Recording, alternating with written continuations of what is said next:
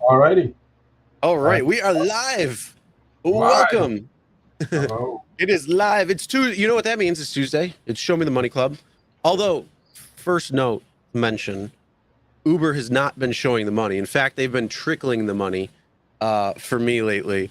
There's the weekly quest that's going on right now. It's 50 rides for $35. Well, they have their own club. They're called the Anti-Show Me the Money Club. They're like, we're going to take the money away because our earnings just came out and we made sure that we're profitable. So we got to remain that. So we're going to cut bonuses to like nothing. Although upfront earnings did just start in my market yesterday. Yeah, Monday. Gotta go test that thing out. I am. I've been too busy to get out, being back from vacation. So I'm going to be on later this weekend. So I'll be trying it out, seeing what it's like. And I really want to see this trip radar in action. The biggest thing, though, that I'm not happy about is the rate rebalancing. So, yeah, all short rides for me. Show me the money. Yeah, well, those are not, I don't know. Those are not cupcakes either. I'm telling you, it's we're going to talk about it, obviously. But do you want to do the giveaway from last week, announce the winners, so we can get into the guillotine part of the show? The meat and potatoes. Yeah, we'll give you the. We're gonna give you the salad right now, which is the our giveaway that we had. So this is the amazing portable car jump starter. So we want to say congratulations to our winners. We had two winners. What ended up happening was it was for the most Uber rides for the week of July 25th through August 1st, and the most Lyft rides. So we have two winners, one for Lyft, one for Uber. Carlos Hernandez, 114 trips. Awesome. Congratulations on the most Uber rides for the week and the most Lyft rides. Karan, if I messed that up, I apologize. Roel, with 90 trips on Lyft. Congratulations. Awesome. We do have your email. You just got to verify. Let us know where we can ship them for you, and we'll send them out. If for some reason they're unclaimed, I believe the one already is claimed, though. So if the second one has not been claimed, we will announce the second place winner. So congratulations to our winners there. And here's a cool little fun fact we got coming. We have another amazing portable car jump starter. So thank you again, Amazing, for this. This one is real simple. How many miles are on your car? Send it in. Wow. Whoever has the most miles on their car, and it's drivable. So if you're driving, the good thing about this thing is it will jump your car if you have a dead battery or anything like that. So it's good to have on hand. Fortunately, when you have a higher mileage car, things like to go wrong on it. My car is at 181,000 right now, almost 182,000. So I can't win. I got to give it away. I work with RSG, so I can't, but I might sneak it in there. What's up? Sneak it in there. But either way, I'll take a picture. We can post it. But yeah, we have whoever's winning or whoever has the most miles on the car is going to win an amazing portable car jump starter. So thank you again, Amazing. Basically, all you got to do, just submit a picture of your odometer reading, miles on there. Have a little note in there saying something like, show me the money club or whatever, there with the picture. Whatever it is, it doesn't matter. Something that's going to be like RSG or, Sergio or, show me the money or whatever it is. Just have a little picture, something so we know you didn't just steal this off of the internet. Either way, we can still check that. Either way, there's no way of checking. So it's somebody's getting this thing. No, there is a way to check it. Is there? I can take the screenshots and I can do a reverse image search online and find if those pictures were shown. So yeah, you want to do that, you won't win. You'll be DQ'd. No cheating. No cheating. Yeah, just have a little note there next to your miles. I'd love to see somebody hit 200,000, 250, 300, somebody, up there. I'd love to see that. So, whoever has the most miles on their car, we're going to be doing that for next week's live stream, we're going to be announcing the winner. So August 15th, please have that in. So that's next Monday. Email Sergio at therideshareguy.com, and we'll bring this up again later. So thank you very much. And you can email me with any other questions you may have about anything. Sergio at therideshareguy.com. I'll get back to you in 48 to 72 hours. So, you know, I got to say, shout out to Kevin. I think Kevin has been watching since from the first day because I remember him from Lakeland, Florida. Kevin, shout out to you. And Howard Bridge says, I need help. So we're starting this. We're not starting this well. Yeah, I've been Uber 6 years, and now I'm almost trying to remember my login information because my phone broke. I had to get a new phone. I just call Uber, man. They'll have that information. They'll verify it for you. I don't think that's that big of a deal. Sunshine you Man. just have to give some identifying factors. And I wonder if Sunshine Man is. You remember our town hall, Jeff? I wonder if Sunshine Man from Myrtle Beach is Jeff. I bet you he is. I don't know. Yeah, we'll find out. Welcome either way. Yeah. All right. So we invited Harry and Dara on. Give me 1 second. Just give us a second. Howard, email me your question. I'll get back to you. Sergio at therideshareguy.com. It's not a big deal, bro. They'll have the information. Yep, that's Jeff. All right. All right, Jeff. You ready for this one? All right. So for those who did not know, Harry had interviewed Dara, and there were a couple of snippets and shorts and stuff that was posted, including the full interview. So we're going to go over it now. We're going to kind of do a reaction to it. So we have some of the clips that we're going to do queued up and kind of, you know, share our thoughts. And we'd like to hear what your thoughts are too. And you know what? Maybe we could write a couple of questions down for if we can ever get Dara on Show Me the Money Club. Well, you know, we contacted Dara and Harry, and they both declined to show up. So I don't know. Maybe, you know, maybe Harry will chime in somewhere in here if we pound enough on him. So I do not have Uber. Okay, email me, Howard. Okay, so yeah, there we go. Should we just play the video first, or you want to tell the world what they announced during the interview, or what? How do you want to do it? What do you want to do? I mean, we could do the videos, and then let's do the video. All right, hold on. Let me just queue it up. So then this is like a 3-minute video, right? 3-minute. Okay, so this one is why they're moving away from time and distance pay. Yeah. Let's see if it makes any sense.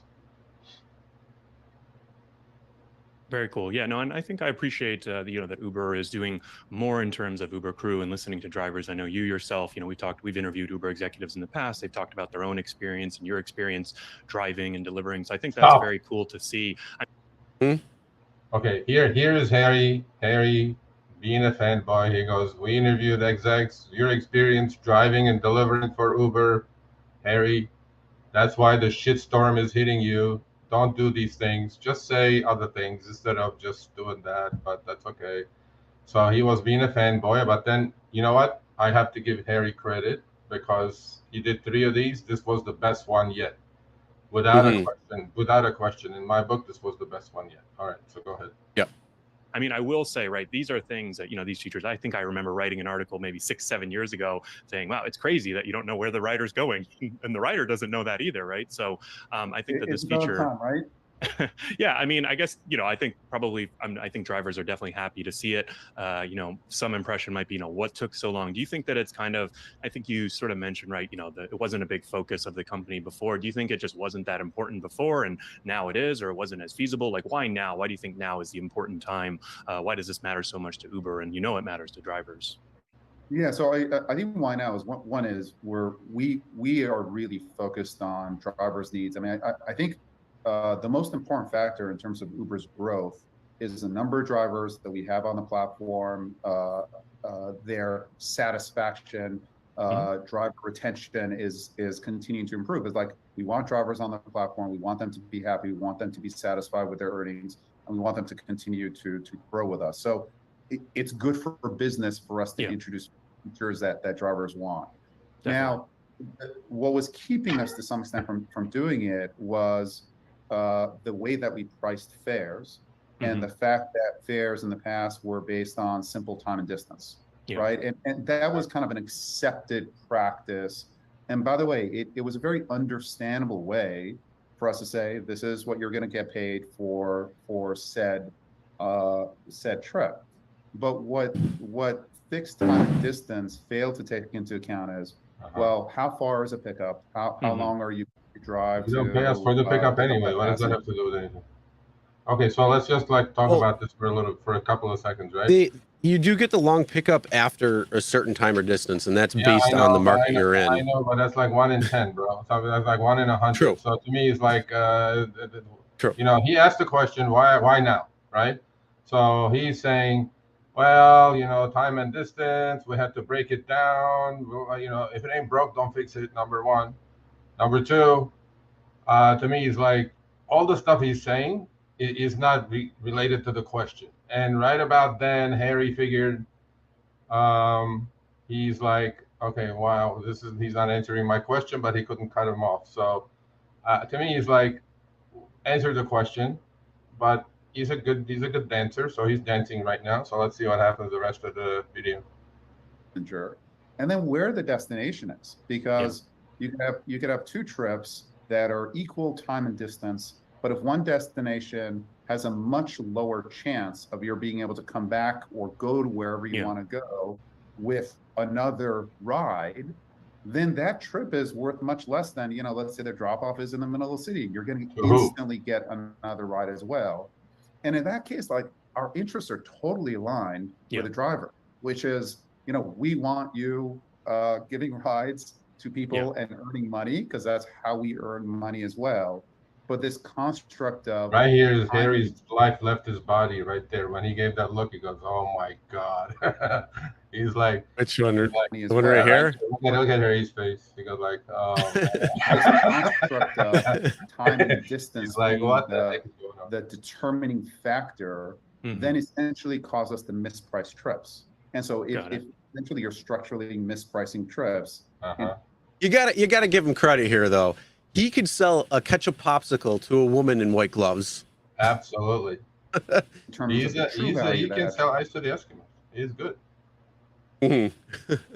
Right. Then you become limited in the amount of information that you can give drivers as to the nature of that trip. So once we said, hey, let's break apart time and distance, let's price in a true way, then we could give you upfront pricing and destination as well. That's the breakthrough ultimately for us. So this video is like 3 minutes and change, right? So Harry actually did ask a follow-up question. He goes, "Does this have anything to do with the regulations coming down the pipe with IC, you know, status and all that good stuff?"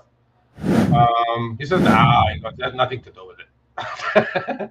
Completely like ignored the question altogether. He goes, "No, it has nothing to do with it. There's a shitstorm of regulation coming down, but that's okay. But we're just going to ignore it." So, do you think I did enough homework, Chris? You think I did enough homework? I don't know. But here, you know what? The big thing though to me is it's like we had Dr. Leonard Sherman on a previous podcast. You know what, 2 months ago at this point now or something. And one of the things that he said on that, when we were saying how can Uber become profitable? Well, they have so much information, and they're like, oh, well, we're going to show upfront earnings now. So goodbye time and distance, and we're just going to give you a price. But if you want to break that down into time and distance, or, you know, per mile rate or whatever it is, you could say, well, if one driver just accepts every single thing we give them, you know, we're going to put our bid in a little bit lower than somebody who's much more selective, and maybe their acceptance rate is 20%, and they're more selective on the rides. So we have to not only rate rebalance the distance that you're traveling, but also the driver who's driving right next to you. So let's say you and I are sitting in a lot or something. You get a ride request and you accept everything. Your same ride request might be $4.52. I'm more pickier. Maybe it's $6.25. Well, yeah, I'm going to talk about that in a second. But I mean, to me, it's like, so here's my notes. I'm going to take a look at it because I didn't memorize it like a bad student that I am. But so question was, why now? Why not? Like, why? Why are you giving something up now that you fought tooth and nail not to give up for 12 years? Right? That was the question. I mean, basically Uber is giving up destination of the passenger, which is going to create a whole bunch of problems for the system. They know this. They're not dumb. They figured it out. However, his answer of, well, let's just break the time and distance fare and let's get rid of the rate card and let's do this. I have one word for why they're doing it now. Because their technology and their algorithms are so good now. They have perfected it now that they can actually release the destination of the passenger to the driver without any harm to their bottom line. In fact, improve their bottom line. So when he says, we had to break down time and distance, breaking news, in the transportation industry, everything is by time and distance. If you're in trucking, the trucker needs to know how many miles he's going to drive. If you're in a cab, the cabbie has a meter. That's because it's time and distance. It's not because some algorithm in a black box figures out 73 different things in about a millisecond and throws out a price, okay? So in the transportation industry, things are done by time and distance. But let's even go beyond that, right? So how are these rides going to get priced going forward? Now, I have my ideas, and Chris kind of hinted to it. I think Uber, on every single request and every single offer they show the driver, they're going to do a Dutch auction. Dutch auction means the passenger is locked in at a price, let's say it's $20, and the nearest driver supposedly is going to get the ping. They don't, but let's say he does. Just like Chris said, if he's an ant, he accepted everything in the past 3 years. They're going to show him $9. He takes it. He doesn't. He doesn't take it. The next guy is going to get it at $9.25. The next guy is going to get it at $9.50. If the third one declines, the next one is going to get it at 10, and somebody is going to say, let's do it. And then there is a contract finished and next to the next ride. I think this is absolutely genius at Uber's part. Whoever came up with this algorithm.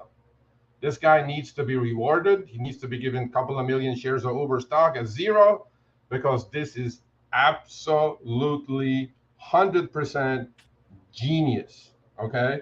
Oh yeah, because the biggest thing is you're decoupling time and distance. So you look at rate rebalancing right there. They're saying shorter rides you're going to get paid more, but longer rides you're going to get paid less. Overall, it's going to equal itself out. That's what they say. I'm going to test this out and actually see. I know Joe, he's done a few updates. So people who are just getting upfront earnings now, or maybe, you're the weekend driver or whatever it is, and you want more information, go back and check out some of Joe's videos. He's done, I think, 3 update videos now at this point when it comes to upfront earnings. It's been going on for about 20 plus weeks in the 20 something markets already. And now it's just come to, I think, another 30 markets or something like that. So yeah, again, I just got it on Monday yesterday.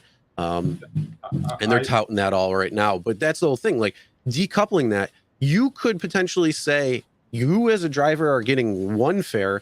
The driver right next to you, or your wife, let's say, is going to get a different number when it comes to it could be the same exact fare. You don't know.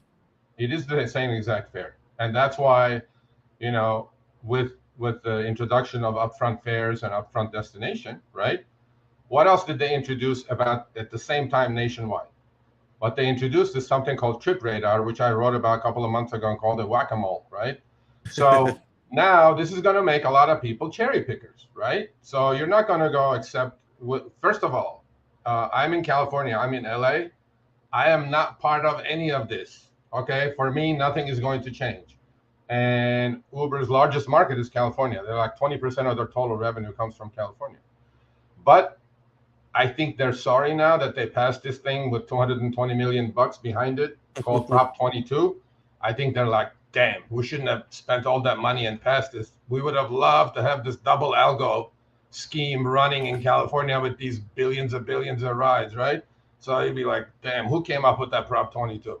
But I am 100% sure the shitstorm that's coming down the pike with regulations is forcing them to release this information. The other thing that I thought about is that So he said, 2 trips back to back for a driver is better than 1 long trip with no return. No, if that 1 long trip is priced correctly, because now they have the rebalance, right? They have the rebalancing. So the rebalancing means Uber never gives anything up. Jeff, I know you're shaking your head, but in the last 6 years, Uber has never given anything up without anything in return. So to me, what is the return? Well, they called it rebalance, meaning long trips get paid much less, short trips get paid a little bit more. It's a fact because most trips on the Uber platform are averaging about 6.5 miles. So, long trips to them are like an anomaly. Here and there you'll catch one, but depending on what state you're in, you may be doing only long trips. Now your life is screwed because you're not going to get paid. And you just saw a pay decrease. Yeah, I mean, look, man, 6.5, 7 years I'm at it. I have these 3 words in my head: rebalance, transparency, ease of earnings, consistency. When I hear these things from Uber, I run. It's been a rate cut. It's 100% been a rate cut for the last 6 years.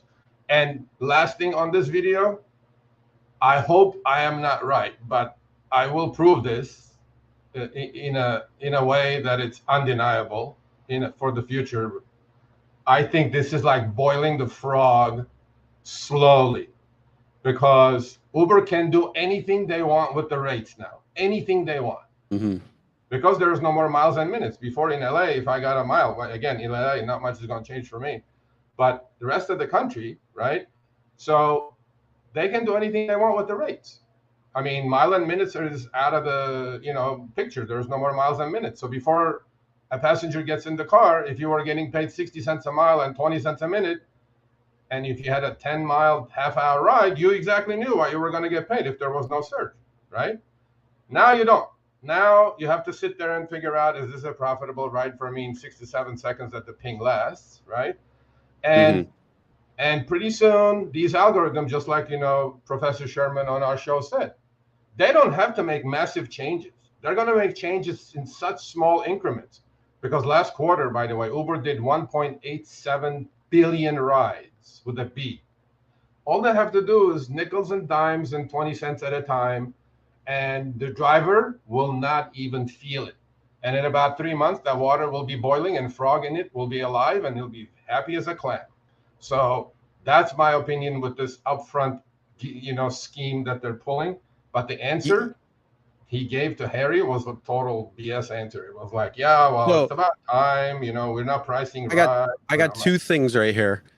First, whoever made this up probably watched Office Space, because they're like, we could get those pennies, just take fractions of pennies and we rebalance it back to us. And so somebody was watching Office Space and said, how can we do that here?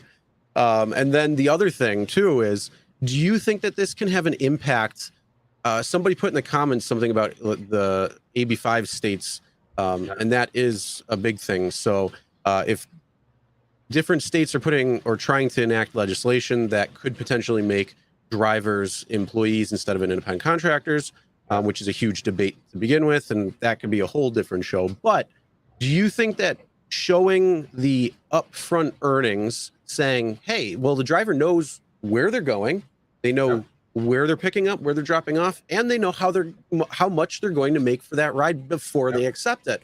Well, so do you think they're trying to position themselves to actually say, hey, this is more for an independent contractor, even though absolutely 100%. So when AB5 passed in California, first of all, they ignored everything, but guess what though? To Uber's credit, they immediately started showing destination to the passengers. They even, to the drivers, they even tested for drive a system that the drivers could name the price of the ride, right? But they ignored the law for about 9 months until Prop 22 came around. So they made us look like we're independent contractors. So when Prop 22 passed, we had it for over 2 years. It was during the last elections, national elections. We have the destination, we have the upfront pricing, right? I'm still doing exactly what I used to do, but our See, I actually wish I'm not in California now, just for the fact that our destination, seeing the destination, comes with a penalty. There's a restriction. If I don't accept 5 of the last 10 trips, right, I go blind. I don't know where the passenger is going at all now. So there is a penalty. But it seems like the rest of the nation is going to enjoy this without any penalty at the moment, right? You can basically decline 50 trips in a row, and there is no, acceptance rate penalties, and there is no cancellation rate penalties. You can do whatever the heck you want. So my opinion of this is boiling the frog slowly, but it's not a coincidence that they also released Trip Radar and a new version of the statement. There's not going to be any more receipts, so the drivers can look at it right after the trip and see that Uber took 70% and get pissed off and switch to Lyft or Instacart or DoorDash. Now you're going to get an overall statement with an aggregate number that the passengers paid during that week to Uber, and then what you made and the differences Uber's take. You can still figure it out, but you won't be able to look at it trip by trip by trip and get pissed off and turn the app off. And you can't. Well, you still can see trip by trip. So if anybody does, but they're making it a lot harder. So it's not going to be in your app. You actually have to log in on the website in order to see a trip fare breakdown. So you still can do it. They're just making it harder and harder to actually do that. The other thing, look, the other issue with that is that the reason they introduced Trip Radar at the same time as they're doing this, they know there's going to be a shit ton of rejected rides, right? I mean, people are just going to reject, right? But what does Trip Radar do? Trip Radar basically reshuffles all those rejected rides and then shows it to other drivers in the area. Maybe one wants to do it. Well, if you see on your screen, I wrote this in the article, please go read the article. If you see a Trip Radar trip on your screen, and if you do not accept it and your app is still on after 10 seconds, you're going to get pinged with it. I guarantee it. Okay. So to me, Trip Radar is basically a good roommate for upfront earnings, because there's going to be a lot of rejected rides now. And those rejected rides have to go somewhere. They don't want it to leave the system. So they're going to show it to the next guy, and then somebody is going to pick it and do it. Again, whoever is doing this is genius. And the last thing that I want to say about this is, let's say it doesn't happen too often, but what if it does? Because there was no answer to that. I want to know that myself. Let's say a passenger gets in the car and then they change their mind, and you agree to the upfront price of $10 for, like, let's say 6 miles, right? What if they change your trip to 26 miles now? How's that going to get adjusted? Is it going to get adjusted by miles and minutes like it used to be, or how's that going to get adjusted? No, yeah, they I don't know how it's adjusted, but they said it will. So that's like I looked at my app today. I turn it on just to open it up and see like the different things that they're bringing up on it. The first thing that popped up on was like if somebody changed the route, or if you were stuck in traffic, how is that going to affect you?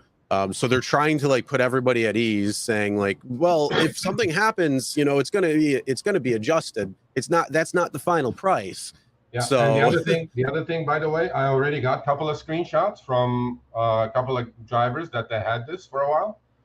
Guess what they're doing now? See, in the old days, when you saw the ping, right? The ping screen would come in with a certain price in California anyway. And then you would see that if you had the 5 out of the 10, advantage, you would see the destination. But the other thing would come is that it would be broken up, meaning like it will be a total fare, but underneath it will say like plus $8 surge or plus $10 surge, right? It was included in that price. I've seen a couple of screenshots that a driver accepted with a plus 17 surge, okay? In, I think this was, I don't remember the exact city, but I'll get back to you with that. So it had a plus 17 surge, right? And this person was going about 10 miles and in about 26 minutes. At the rates of that city, that trip on its own, right, would have been about $11, okay? So add to the old way, add to the surge of 17, that's $28. Guess what the upfront price came in for that trip with the 17? They're not breaking the surge anymore. They're just saying this is it, including surge. It came in at 21. So they took the 17, gave it to the guy. You can look at it either way. In the old way, it would have been 17 plus 11, 28. Now it came in at 21. So they basically downgraded the trip to a $4 trip for 10 miles because you have the 17 surge in there as well. Or they took some of the surge, stole it, and took it for themselves. So to me, this is that raises another point, though. Are we going to see more surge? And then all of a sudden it's going to be like they're going to take away part of the fare itself and just, oh, yeah, there's more surge now. You're getting more surge. Oh, my God. Honestly, I think there will be more surge just for the fact that everybody can decline whatever they want, whenever they want, willy-nilly, right? Because the more drivers decline, it's going to create a shortage of drivers. There's going to be automatic surge if the demand stays where it's at. So I'm really curious to see how this functions, right? Because I know how it functions in California. I'm really curious to see how this functions. But again, it is absolutely brilliant on Uber's part. They have totally now separated what the driver receives from what the passenger pays. Period. No ifs and buts. Now, one last thing when it comes to that, because what I'm trying to see is they're going to this upfront earnings thing. So it's like you see the fare, you see the pickup, you see the drop off. You need to know what you're making before, and they got rid of acceptance rate. So for you could see the pickup and the drop off, and you could see the estimated earnings still, right?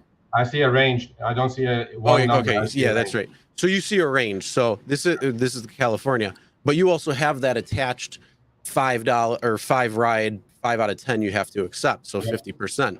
Now, how do you see that happening across the country when they're touting this upfront earnings and the pickup and drop off location? Like, how could you take that away if you're completely decoupling it from time and distance and coming up with your own thing? They're just gonna be like, oh, here, accept this ride. This is a ride for you. You got to accept it. You got to get your acceptance rate back up in order to see this info again. Yeah, I mean, no, they're gonna do this. Look, they did it for 20 weeks, and Joe had it, for 20 weeks, right? And he said on one video, he said his acceptance rate is down to like 46%, which has never been for Joe. It's been like in the 90s or whatever, right? So now he's willy-nilly declining rides and, just picking up some certain things that he thinks, is profitable to him. So what drivers have to do now, honestly, my advice, having had this for 2 years plus already, my advice would be do not look at the dollar number, which is the biggest bold letters in the middle of the ping screen. You have to do some quick math in about 67 seconds. You have to look at time to pick up, distance to pick up, time to delivery or time to destination, and miles to destination. Add them up, divided by the dollar number, and then you'll figure out what you're making on that trip per mile. Or if it's a 20-minute overall deal and it's paying you $10, if you do 3 of those, it's $30 an hour. You go with that.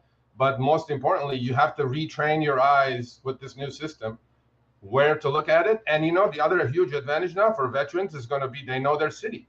Because, by the way, this is, it comes with a map, by the way. It comes with the pickup point and the drop-off point. I mean, depending how big your iPhone or Android is, it's a tiny little map, and you have 6 seconds to figure it out. So to me, it's going to be an interesting thing, but I think it's brilliant. I think on Uber's part, I think it's absolutely brilliant. And, I agree with that. But that's Prop 22, my man. Honestly, I think Prop 22 is a disaster for everybody. We're going to talk about it, in the next couple of segments.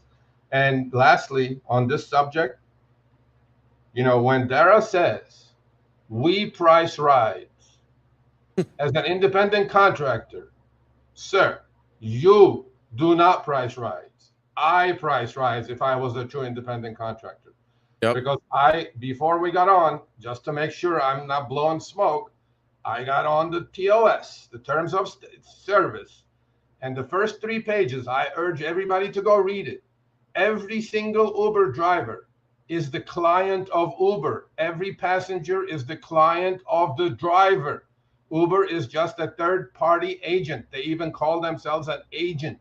All they do is put you and the driver and put you and the passenger together. They aggregate rides for you. That's it. So if I am a true independent contractor, I'll name my price as opposed to the agent or, the third party naming the price for me. But that's another show for another, topic to discuss. Yeah. So, I mean, I to me, 100% agree. There should be a fair multiplier, and then you as a driver can choose. And then if you want to put it at 2x, 3x, but you have to have that time and distance rate in order to be able to do that again. Not this upfront estimated earnings that's decoupled from time and distance. So that's if they did that, I would be so much happier. Get rid of the upfront earnings. All I need to do is, if you did up to 5x, you can't go below 1x. Like, you cannot, what they were doing in California. No, that's not going to happen. It starts at 1x, where the base fares, the base rates would be, and then you can multiply it to where you want. For simple math, simple, easy. You could run 2x all day, 3x, wherever you wanted to run, whatever you wanted to do. And then you are more in control of the price.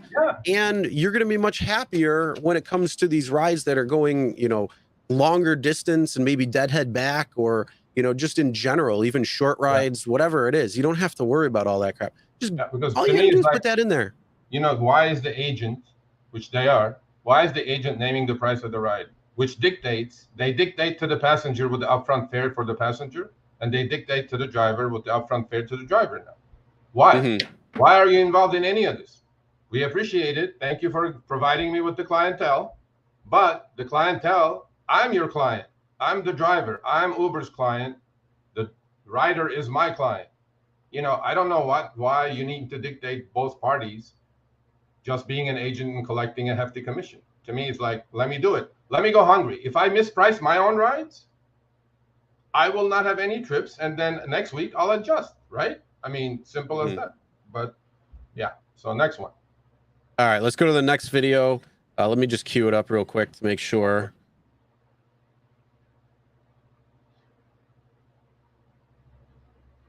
All right, give me 1 second.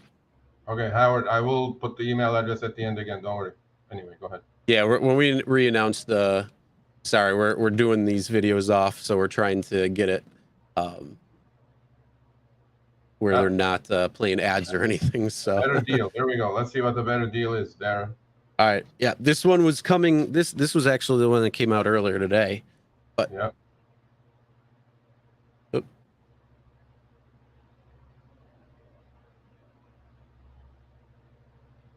Oh, why is that not showing?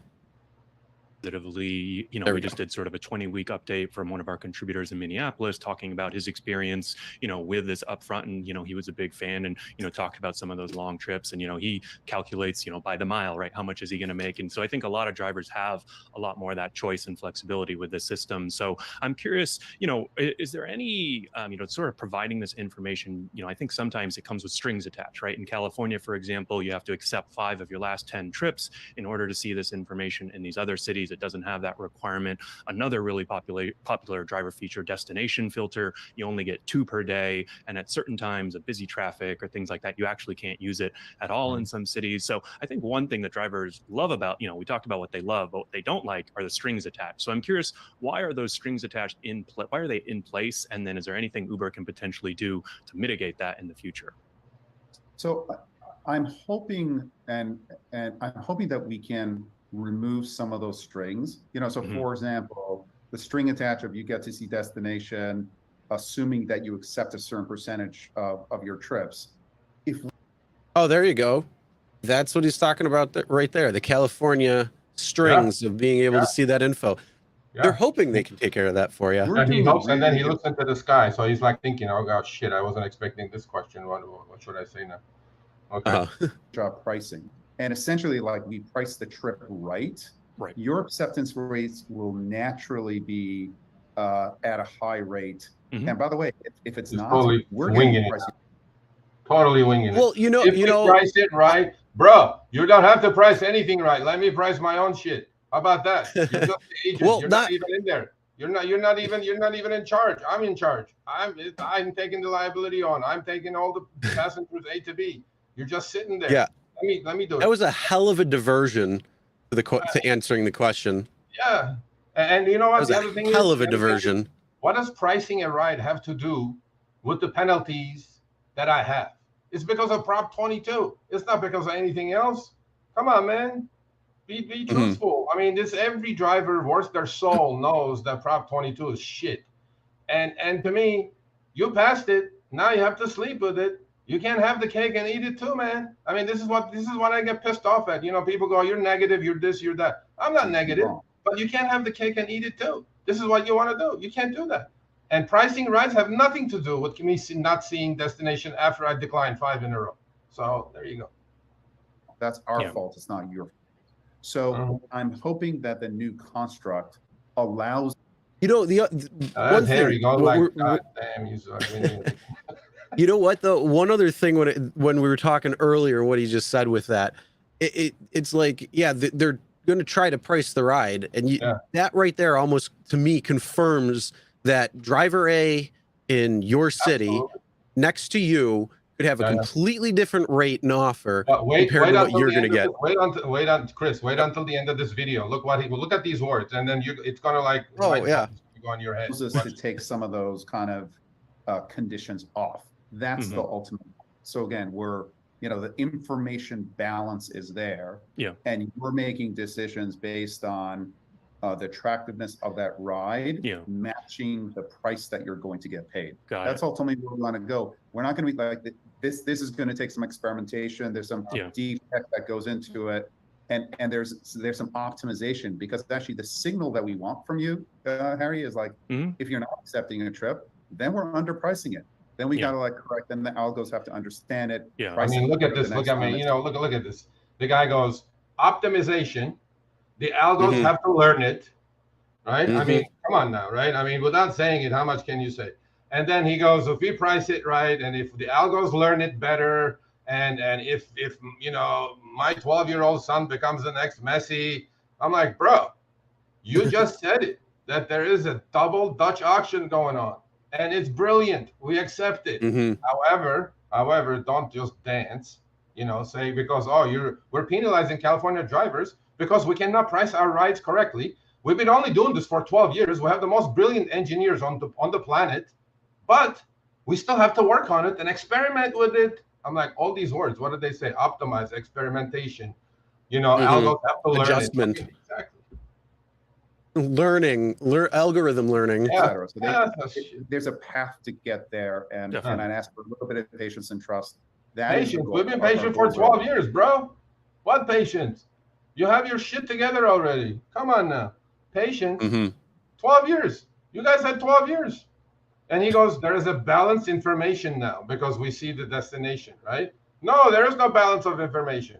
You know a lot more about me than me, and you know a lot more about the passenger that's about to get in my car than me. So, your asymmetric information advantage, you're going to use it at every chance you get.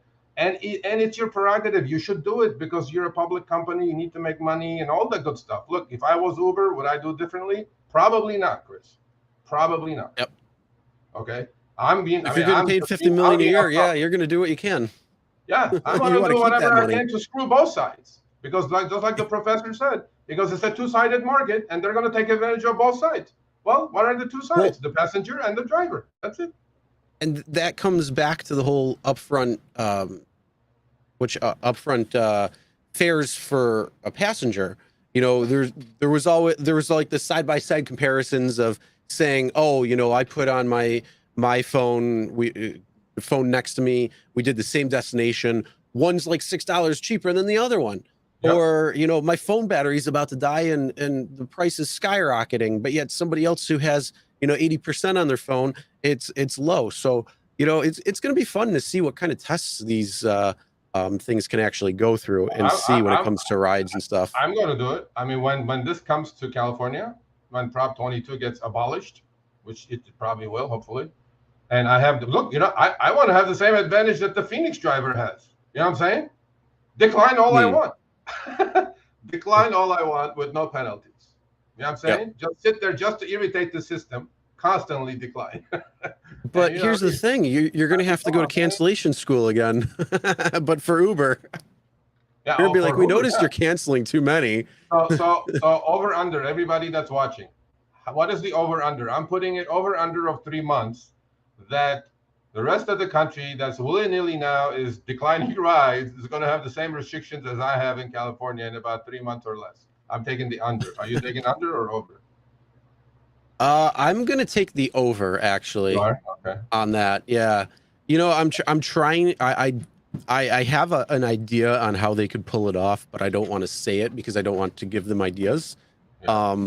But it's very. I mean, they probably already have it in place. They're just waiting to unveil it. But yeah, I think it'll be over. I think they're gonna do the rollouts for the rest of the areas and the markets because they're doing. It's not just this week that they're doing it. They're doing it through I think October. So they're adding a bunch more markets. Pretty much everybody in the country is going to be under it, except for California, I think New York City, and probably the state of Washington. But wait until okay, the golden goose that lays the golden egg starts complaining that the pickup times have gone through the roof again because every driver is rejecting rides, right?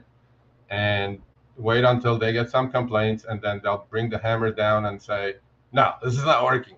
The ETAs have gone up. Lyft is stealing customers from us, but then Lyft is testing the same thing anyway." So I'm like, I don't even know. I'm sure that's going to happen.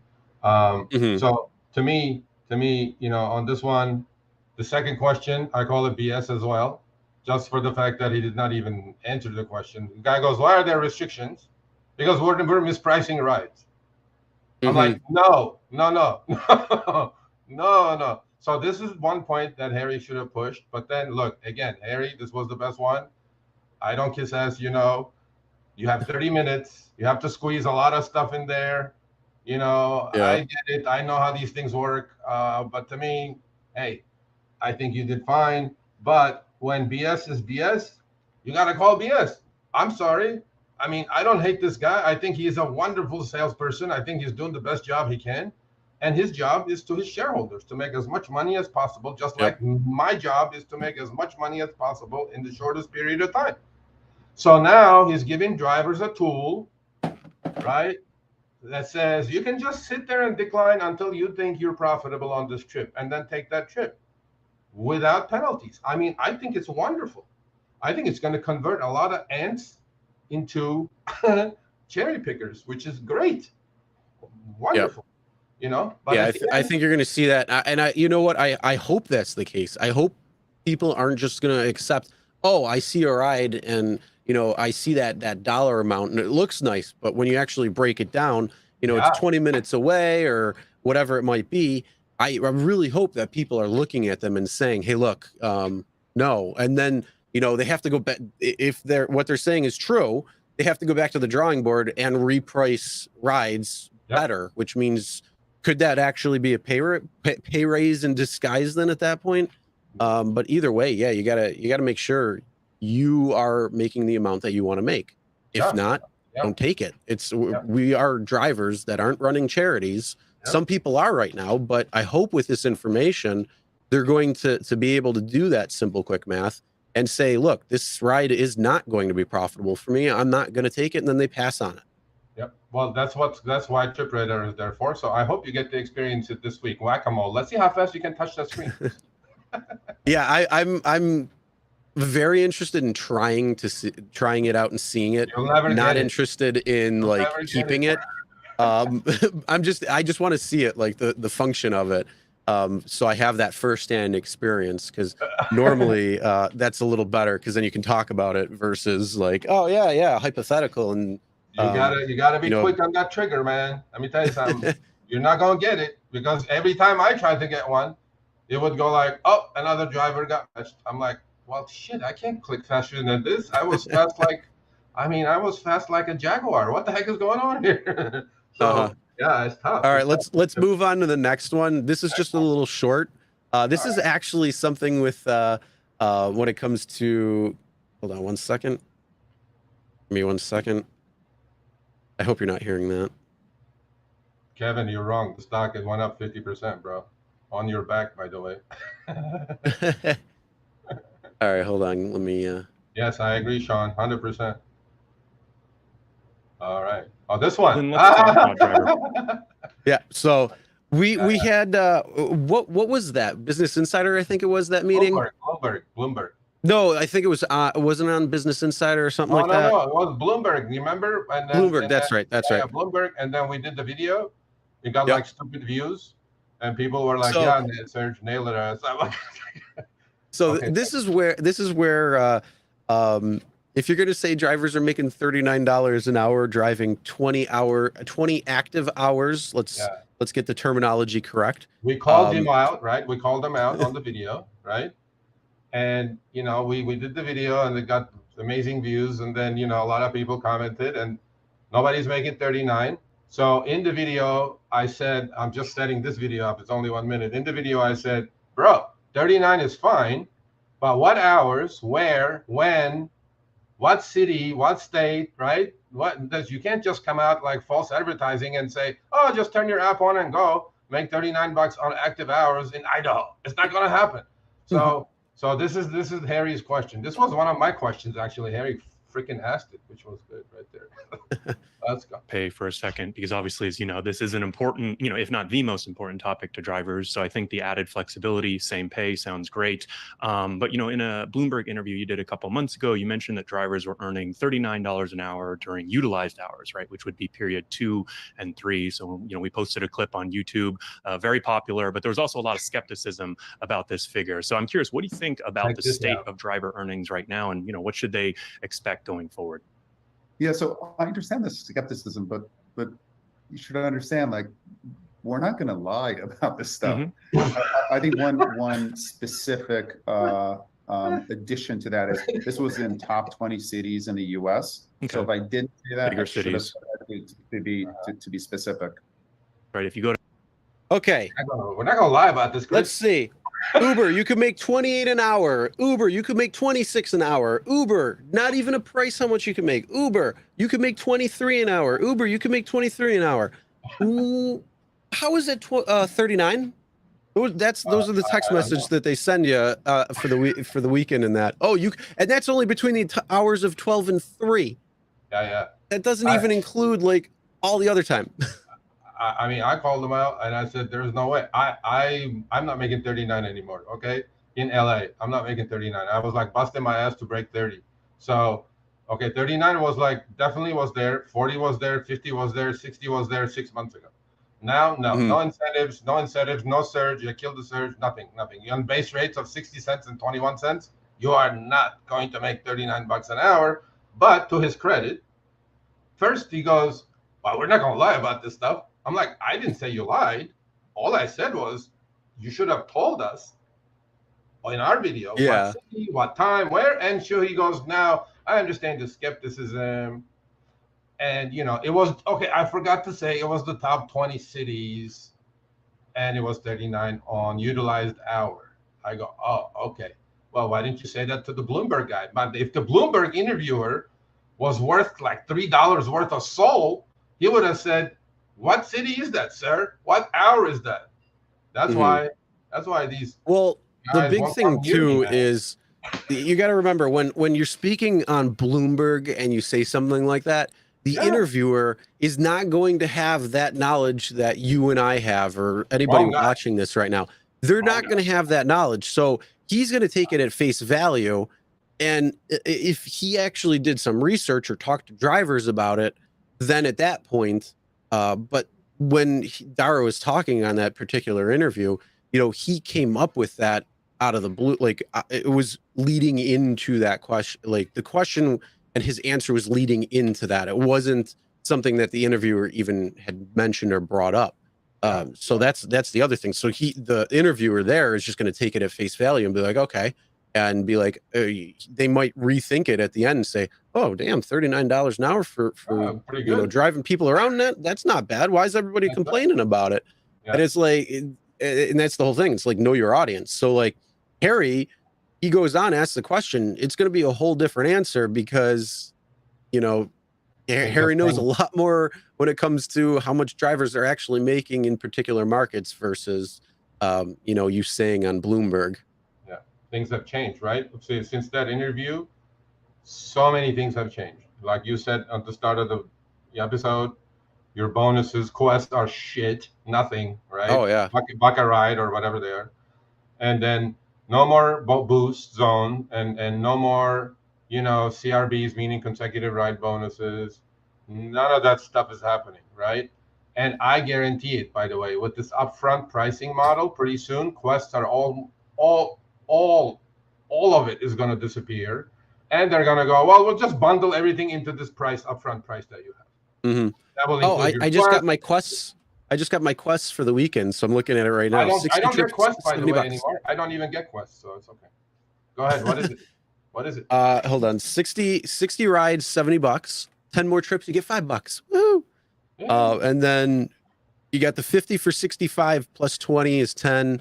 And then quest 3 is 40 trips for $60 and 10 trips for 5. So you're actually getting a little bit more this weekend than these last couple of days, because it's all under $1. That's actually a little better, but still, before it was like 70 rides for $280. It was the minimum.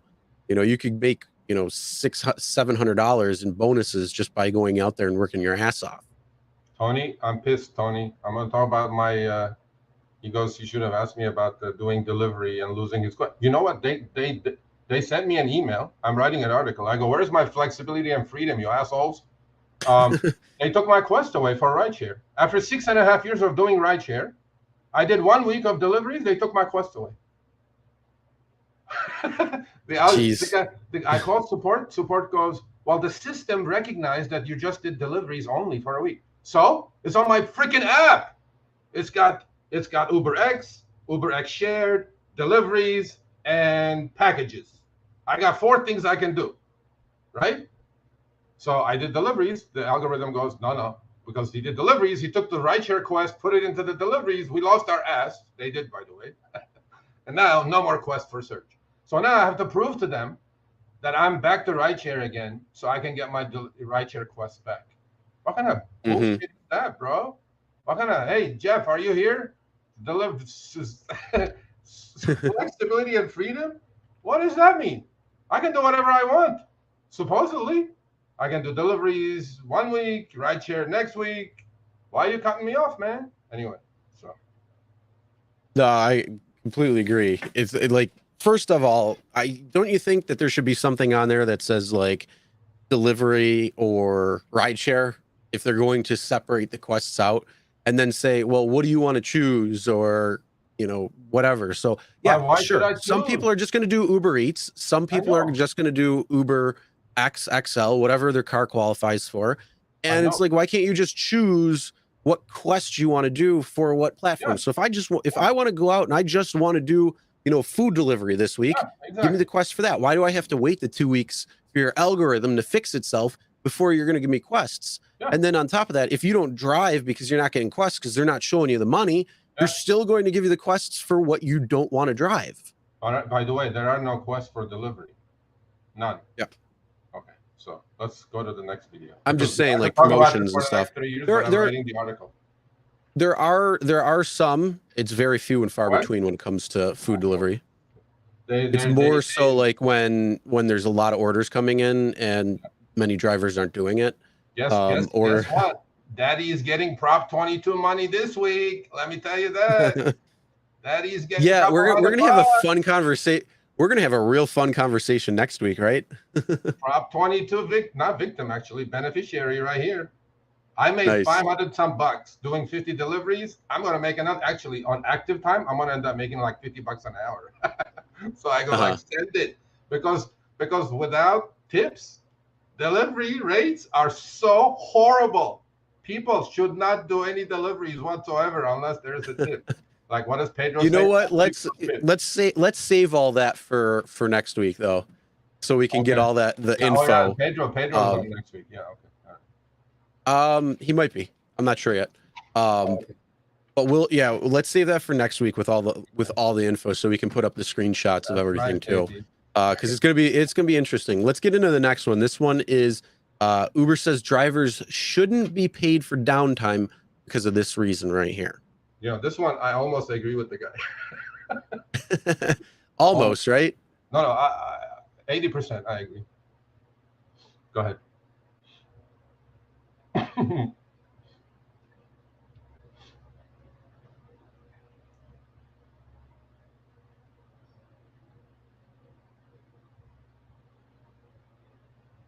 Technical difficulties.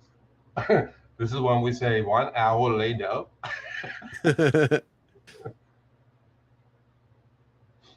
Either one. I think we have 2 to go, right?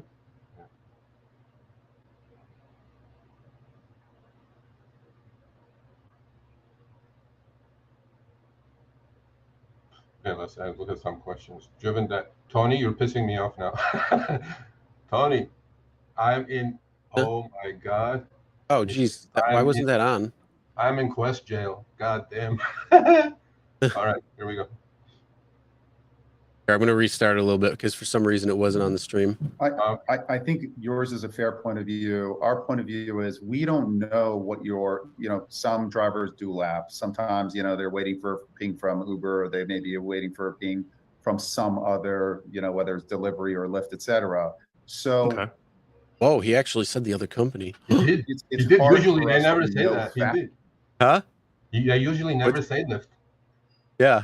Actually, whether you're kind of waiting around and just on Uber, and hopefully that's the case for us. That's in our self-interest, but we don't know that. So that's why, like, based on what we actually know, utilized hours are the metric that I can relate to you factually, because I don't know what else you're doing.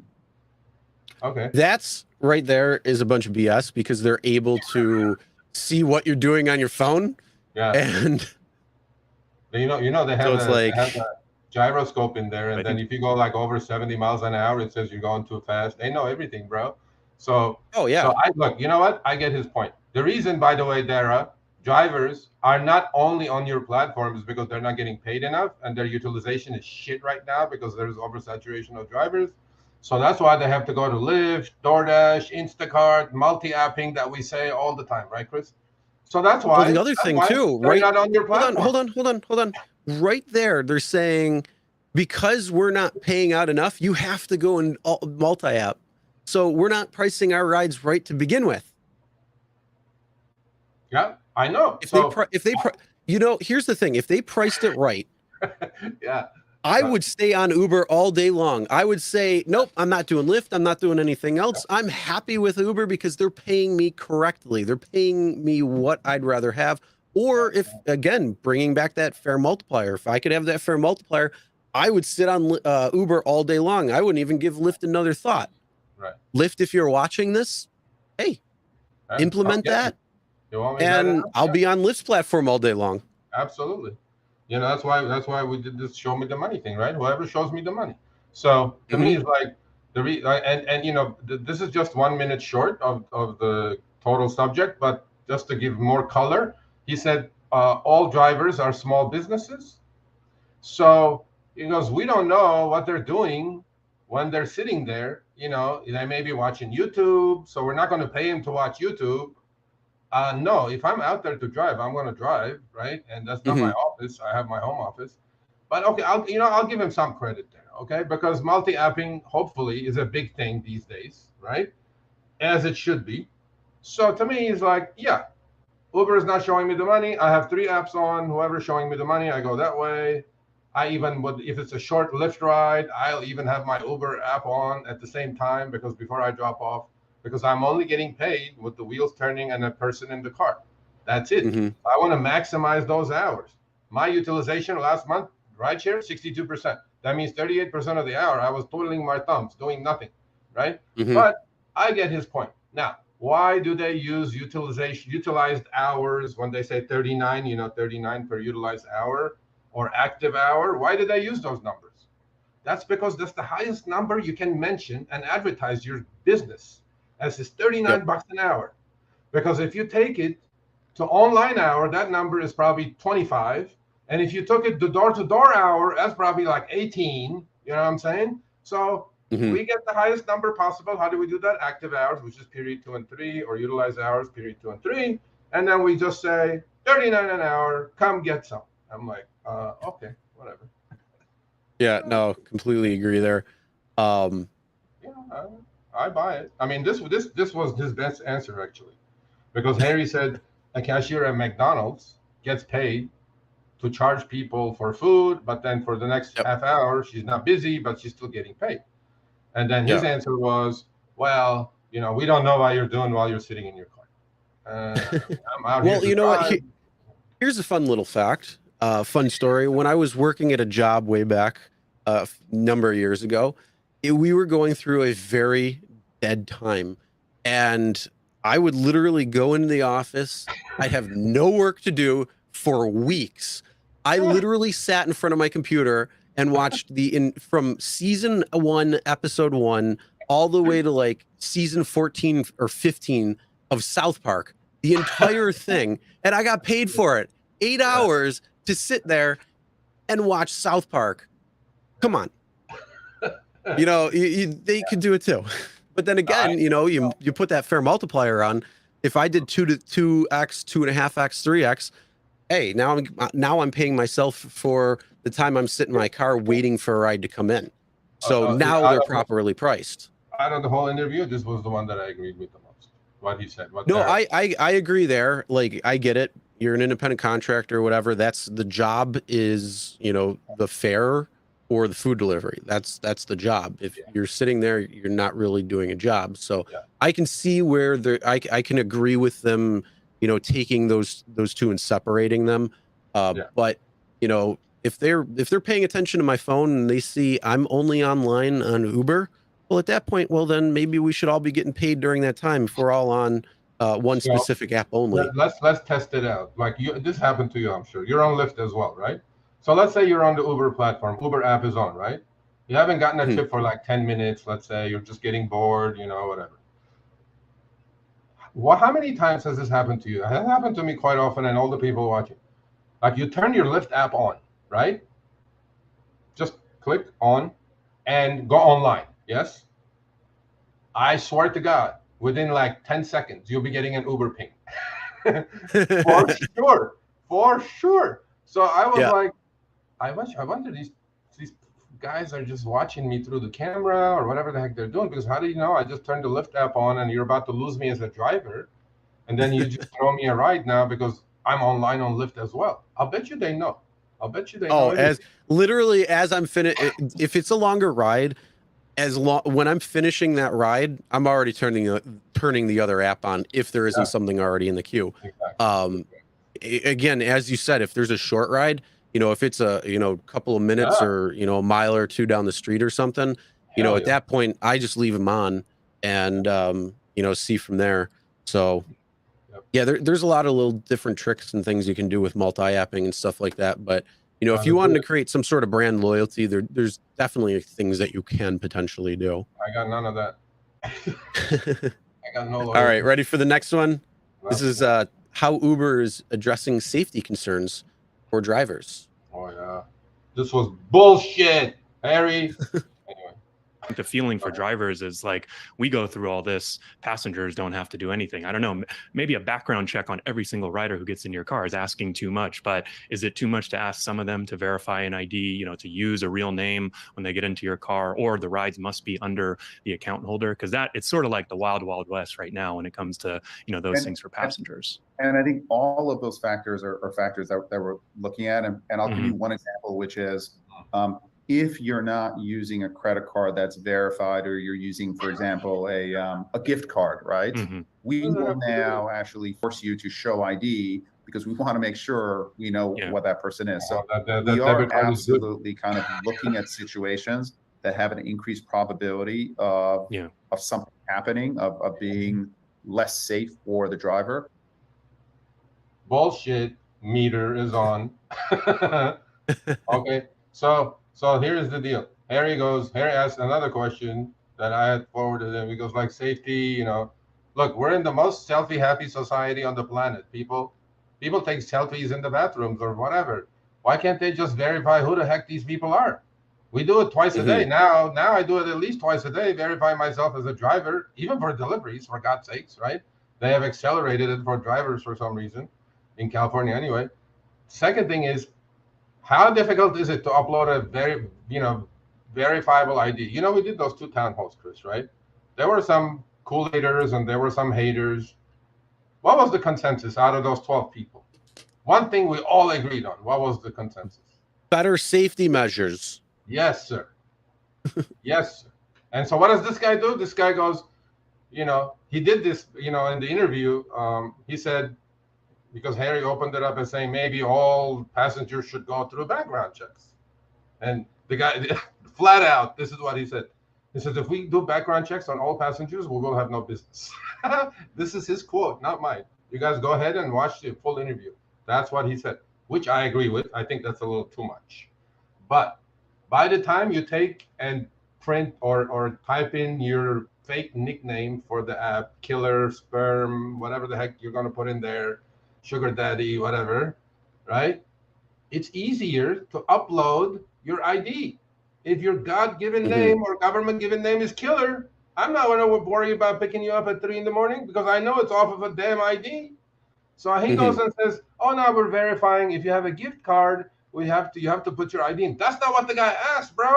The guy asked, why can't just upload an ID? And then the question could be, not everybody has an ID. Well, if you don't have an ID, you can't get on a plane. How about that? So if you don't have an ID, you're not going to get in my car. There you go. Upload the ID. I'll pick you up at 3 a.m, even if your screen name is killer. No problem, because I know I'm kind of safe. I think they have the AI for it. All these things drivers do outside the background check. Okay, that's too much. Let's not kill the golden goose here. Okay. Yeah, I get it. Like, the problem is, though, even with background checks, there's still problems that occur. Like, let's be real. We looked at that safety report. 50% of people, or right around that number, are drivers who have been background checked and still create a problem. So let's be real. Background checks don't do diddly shit when it comes down to it. Being able to know who you're picking up, that's one thing, but that's only in the event something actually happens, and then that's after the fact, being able to try to find that person and have them arrested or whatever the issue might be.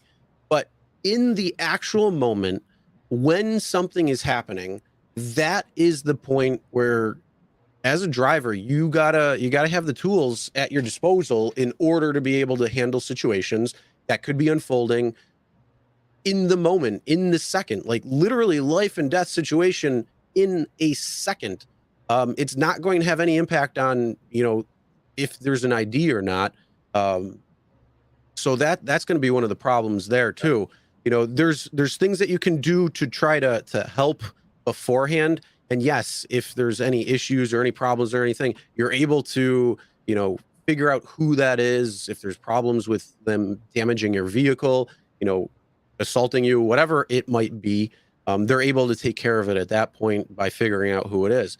But again, in the moment, this is, I think, the biggest thing that people like overlook or don't think about. It's like, oh, we can have all of these onboarding processes. We have them as drivers. 50% of the issues still are from people who are background checked. Background checks ain't going to work. So, and plus the time, the money, you have some of the craziest people walking into Walmart. There's a whole site dedicated to the people at Walmart.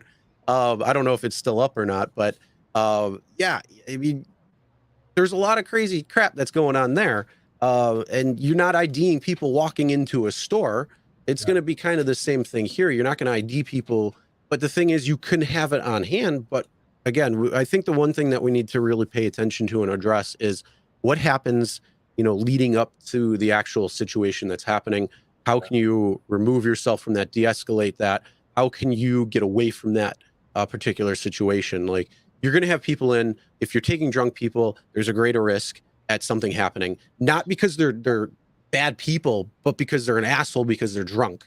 Look, I agree with all that, except that I don't think it's much to ask from the driver community, right? Because I think that if there is ever any consensus on any issue in the driver community, negative people, Kool-Aid drinkers, whatever they are, they agree on safety, that onboarding of passengers needs a little bit more scrutiny. That's it. I mean, I think everybody would agree on that, let's just have them upload an ID. That's it. We're not asking for much. What's the big deal? I think Yep. Uber has 122 million passengers as of the last quarter. Daily active users, monthly active users.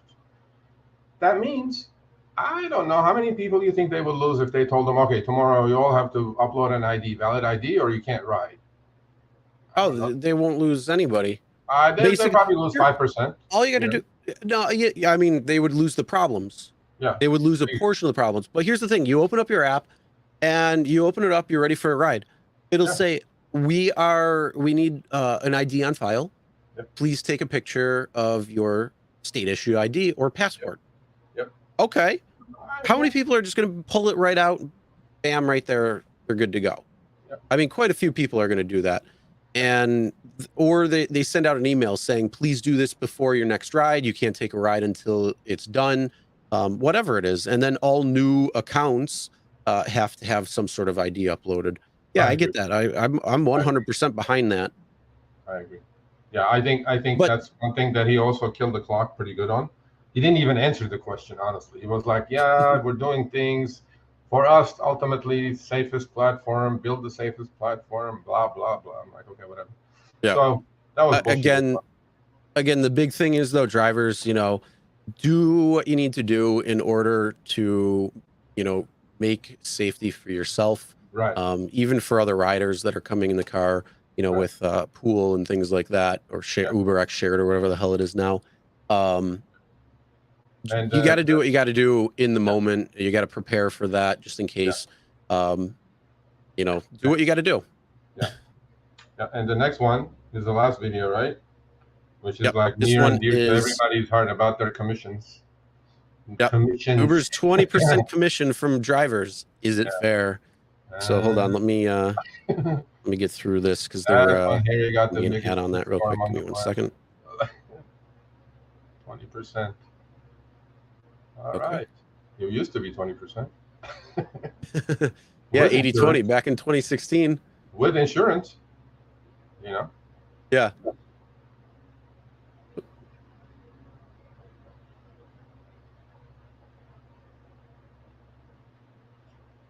So to set this next video up, Harry asked him about the commissions Uber takes. What would be a preferable commission rate for Uber, or fair commission rate for Uber to take?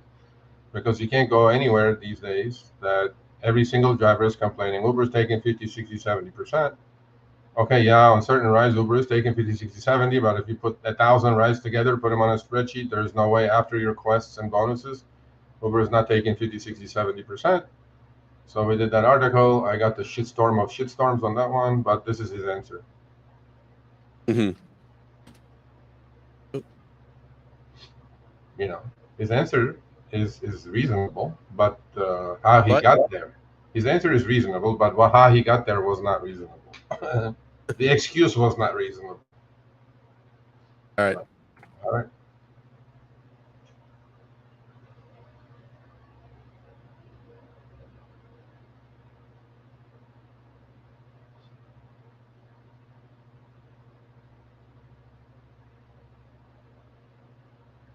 Should we play the Jeopardy music in this one? John Tuber says 15%. 15% commission? That's not going to work. They still make billions. Well, we're going to talk about the billions they made. RideShare King.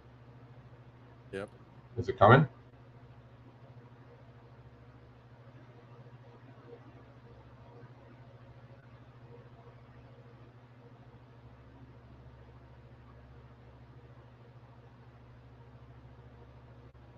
That's okay.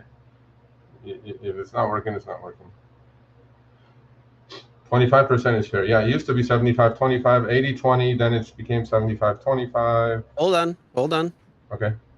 Let's go through this real quick, and then when you wanna just say pause so people can hear what they're saying. Play it through. Yep.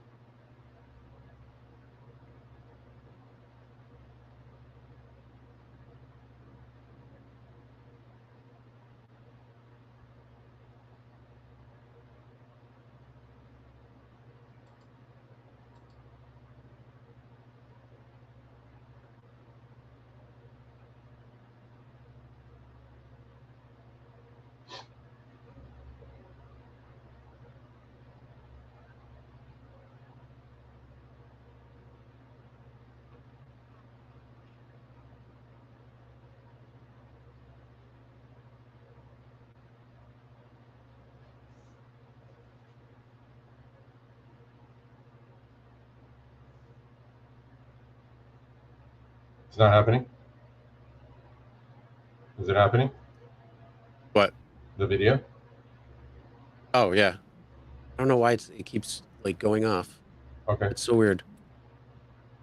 And then it's reverting back. I don't know. Maybe the internet thing. Okay, here it goes. Okay, there we go. Is a fair number. What shows up as higher, but the reason, really the major reason why it's higher to some extent is the cost of insurance that we have to bear as well. So I think that's something else that drivers should keep in mind. Yeah, no, that makes sense. I mean, we work with a lot of fleet owners. We've got some great insurance partners. And frankly, this is like one of the biggest barriers to starting new fleets and starting new companies is the insurance. So I know it's expensive, but also I think most drivers, they probably aren't aware and also don't really care, right?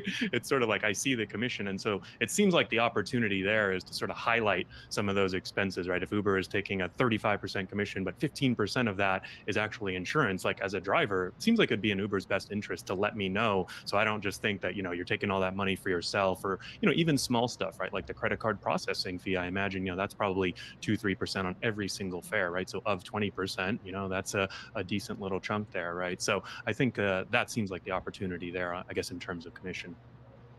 I do think that there's a lot more that we can do in terms of transparency, communication, and I think the other factor that you point out, Harry, is like we do have a higher take on certain rides, but then we take a lower take on other rides, and generally we're optimizing for an average take. And basically sometimes price goes up and down in order for us to most efficiently match a collection of possible matches to basically get as much business into our system as possible. So in that way, our having this variable take rate to some extent is in drivers' interest, and it's in our interest because it essentially increases the business at the same average take rate. And we just have to do better in terms of that communication. Yeah.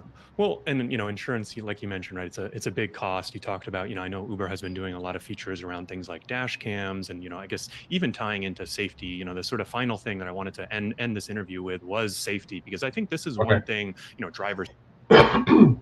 So we missed like the first minute of it, but so Dara says.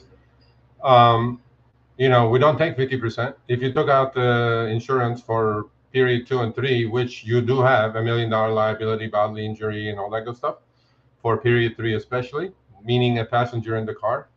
If you deduct all those expenses that we're paying, well, you're not paying, by the way, the passenger, it's included in the fare of the passenger. Passenger is paying for the insurance. Uber is not paying that out of pocket. But let's say it is, because they collect the revenue. They pay for the insurance to the insurance company, and then whatever is left, they take their service charge and marketplace fee, and then whatever is left is the drivers. So that's how the calculation is made. So to me, he said the incidents on the platform are down. Okay. So what happens when the incidents go down, Chris? Do your insurance rates go up or do your insurance rates go down? Usually they will probably either stay the same or try to go up and say, oh, well, we got to pay more money or something. So let's be real. Insurance rates don't really go down unless you shop around. But according to Dara, the reason the take rate is so high is because their insurance rates with the companies that they underwrite for Uber have almost doubled, nearly tripled in the last 5 years. Although the incidence rates are down, and breaking news, you guys know that Uber used to be $1,000 deductible and Lyft used to be $2,500 about what, year ago, right?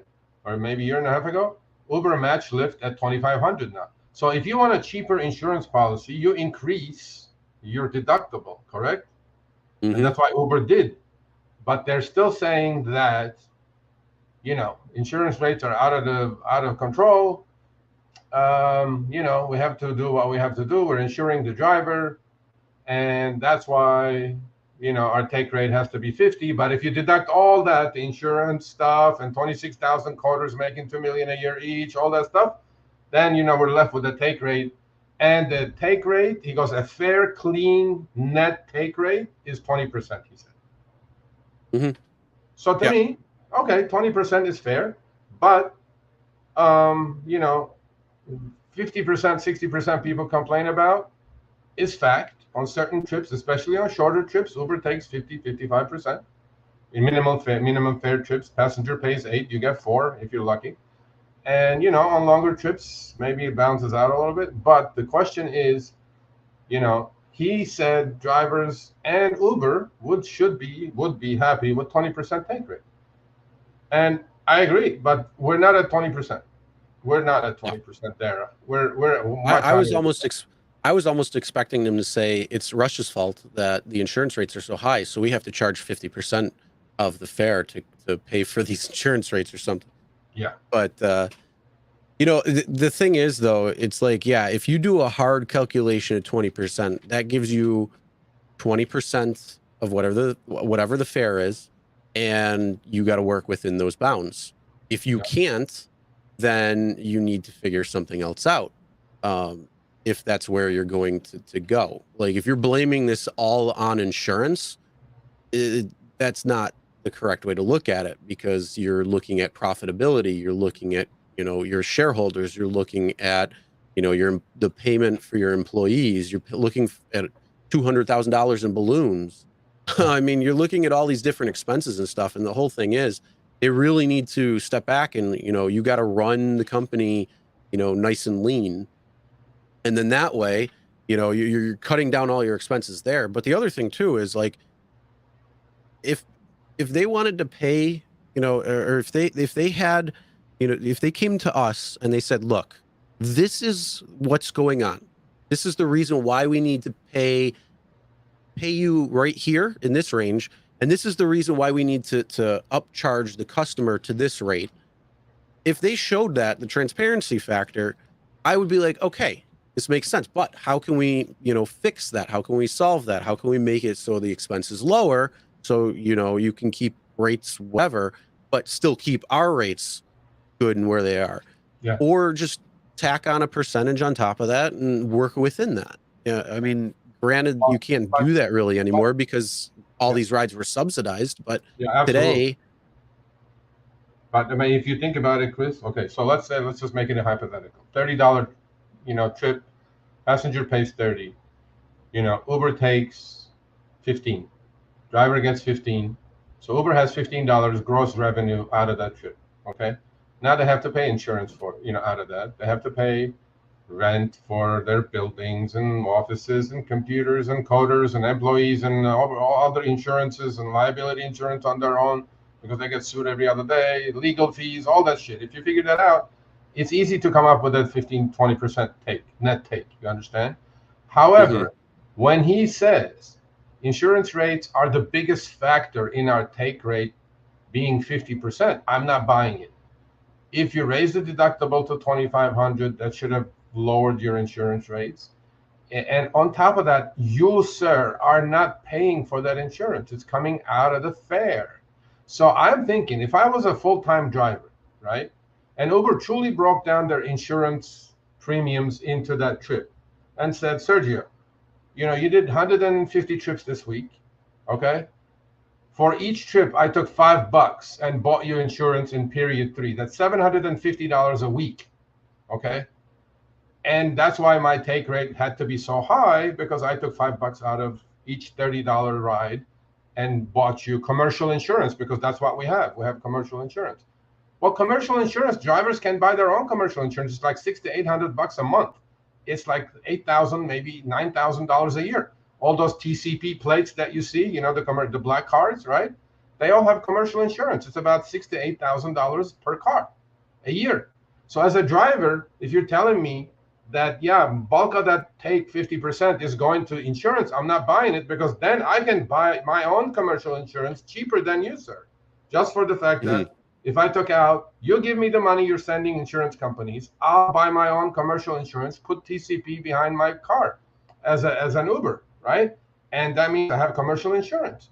And if it's $5 a ride, $3 a ride, $2 a ride, whatever it is, on longer trips, obviously it's higher premiums. In 1 week, I can come up with $500-600 if I was the full-time driver doing 100 to 150 trips a week. You know what I mean? And that's my monthly premium. So the rest of it, I'm not really buying that the premiums got doubling, tripling, inclusive of the deductible going up to $2,500 is costing them that much money. That's why they have to take 50%. I'm not buying that. I am calling bullshit on that. But, it is what it is.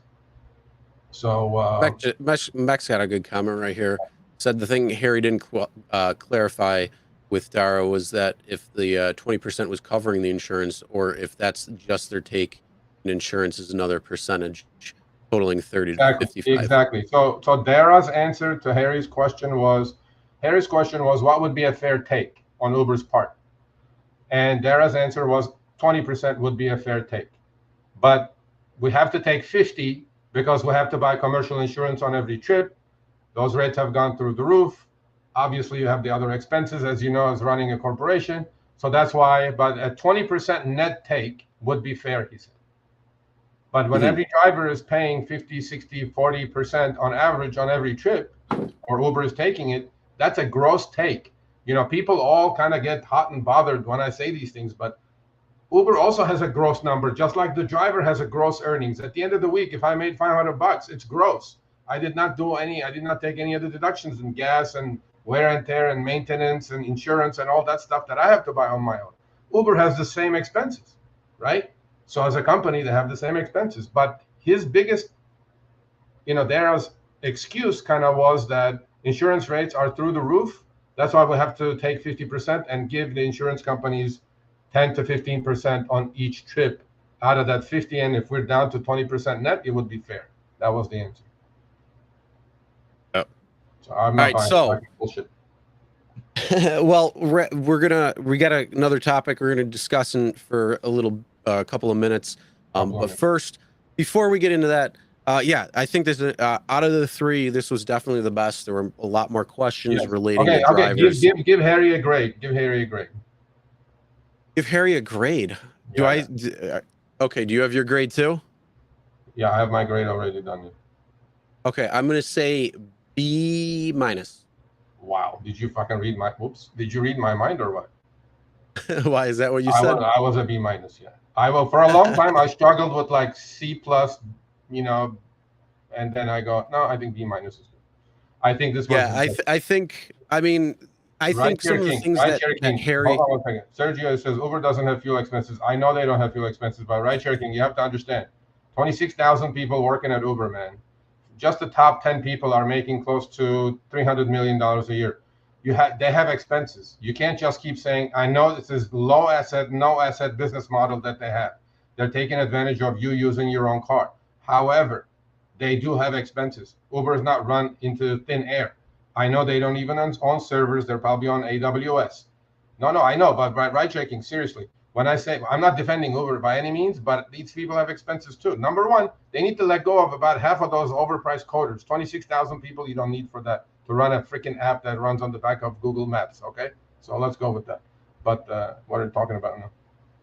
Yeah, that's why you're partially doing API. But yeah, so going back, I think Harry had some good questions that he asked.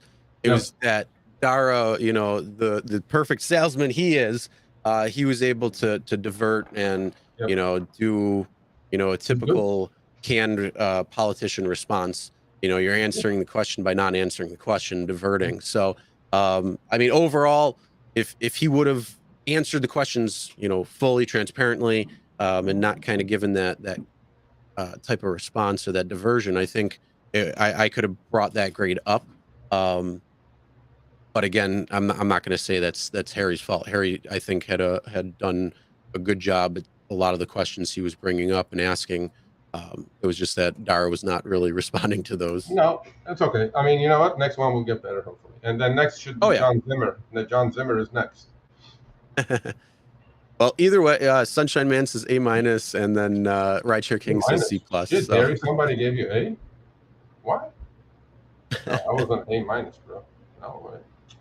A-. Well, either way, I mean, he nailed them like I would have a couple times. But either way, it was a good podcast. So if you haven't watched it yet, a link is going to be in the description, so you can check that out and watch the full video. It's 33 minutes or something like that, so it's not too bad. And he's got some good questions that Harry had asked Dara. So hey, for the next one, or maybe we can invite Dara. Dara, we invite you on here. We might push you on a couple responses to actually answer the answer, but and not divert. But We'll always keep it. Huh? You won't do it. You won't do this one. But I'm working on it. I want to, like a free, open conversation without attacking anything. Just ask simple questions, simple answers. There are people who may be interested in doing something like that, and hopefully we'll get one of them on. And, I mean, look, I am not here to bash Uber. I like Uber, especially after the town halls we did. I mean, man, there are people out there, their livelihood depends on this company. Yes, they don't work, bust their asses, but they make money. They bring home food and they make money, man.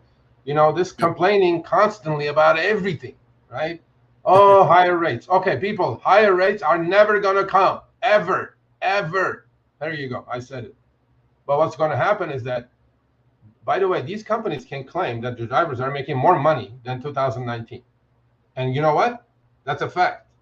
Now, here comes the hate mail towards Serge. Why are they making more money?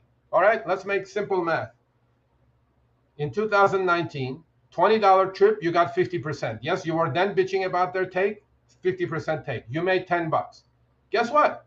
The same $20 trip now is $30 for the passenger. Yes, Uber's take rate still 50%. They took 15. Now you made 15. You made 50% more than 2019 for the same trip. That's why your earnings are up. So a rising tide, if Uber raises the fares on passengers, you're going to make more money. Now with this new double algo, with this new, whatever they have going, that's why they're exactly doing it, because they're raising prices on the passengers to the tune of 100%. And you're making the same 50% that you were making in 2019. The revenues are higher. Your earnings are going to be higher.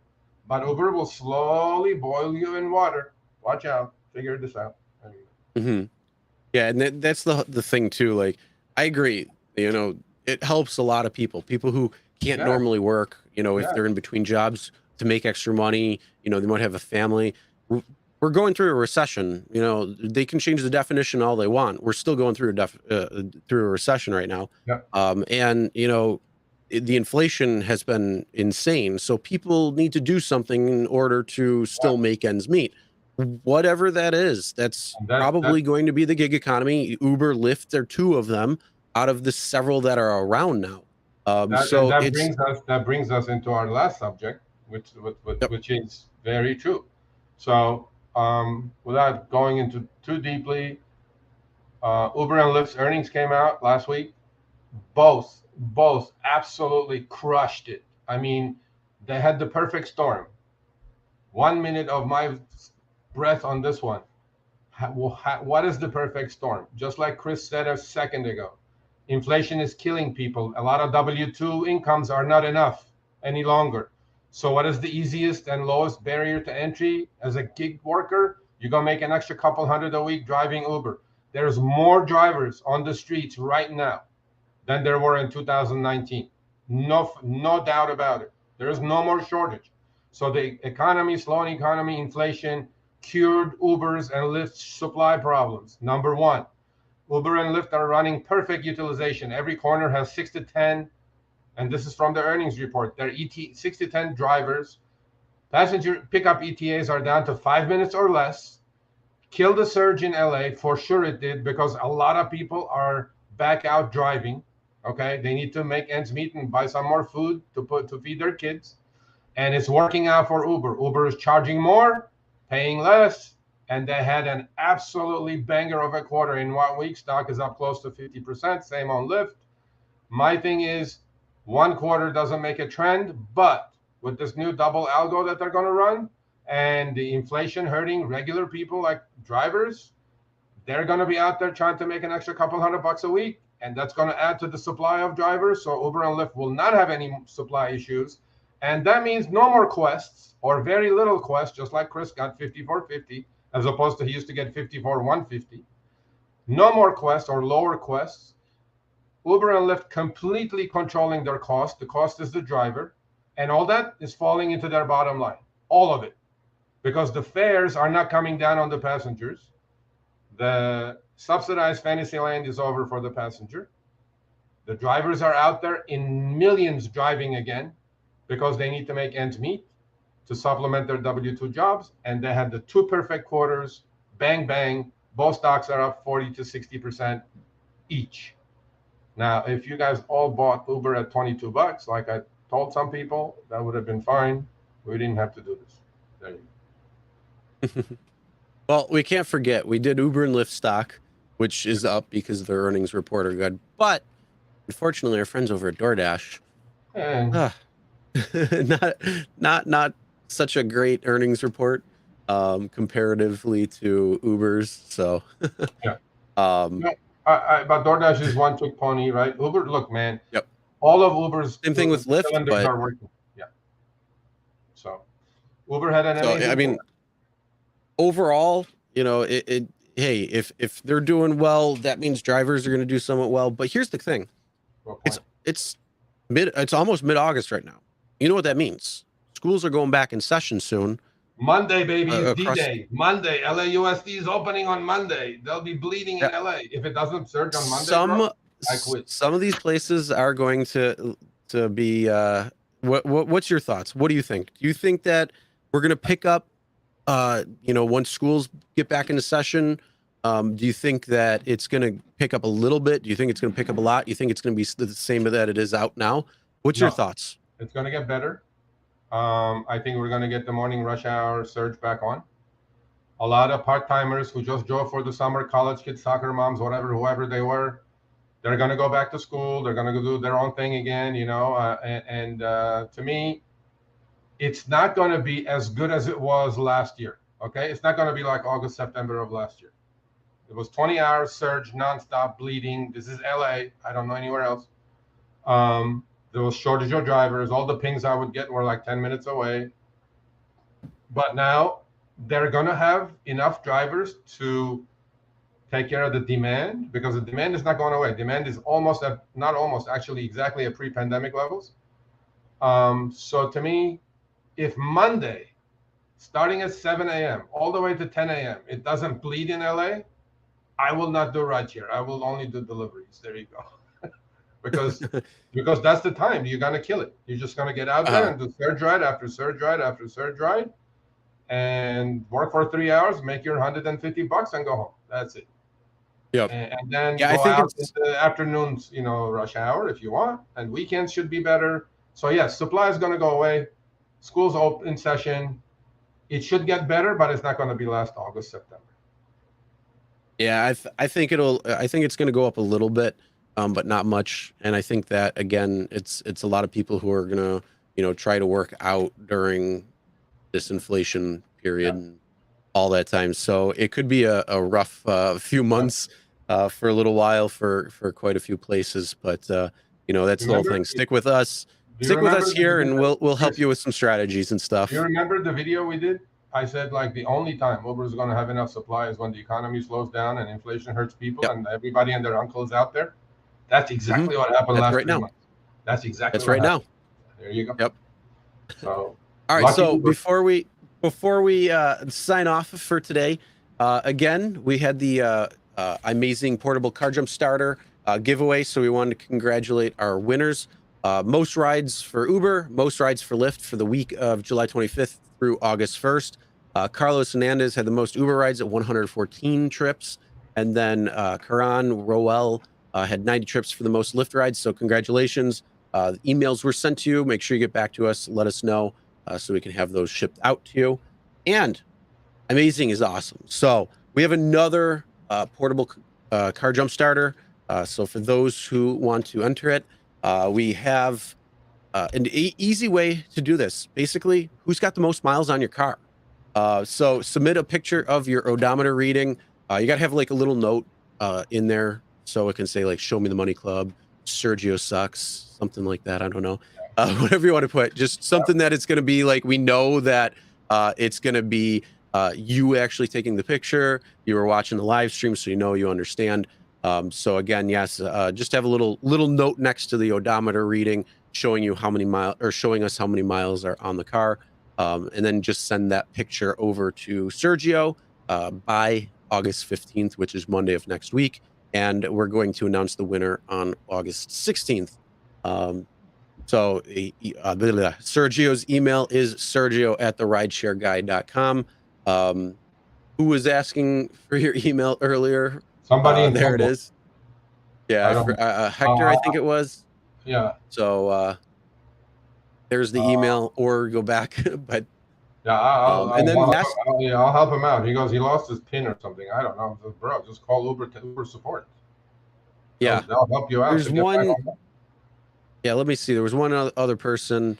Cliff wrote, I would love to ask Dara why the surge epicenter is always placed in the ocean, rivers, and require us to drive within 10 meters to receive that amount. Such bait and switch. Because you signed up for Uber Submarine. That's right. Uber boat, baby. I mean, or Uber helicopter. There's no limits to where you could go as a sub or a helicopter. Yeah, they redrew my boost zones, like just when they took my boost away. It includes Catalina Island, by the way, and it includes from Catalina Island all the way to Santa Monica, which is all the ocean, Pacific Ocean. And I was like, who drew this goddamn map? What overpaid genius did this one? So now I guess I just be in the middle of the Pacific Ocean and get my boost.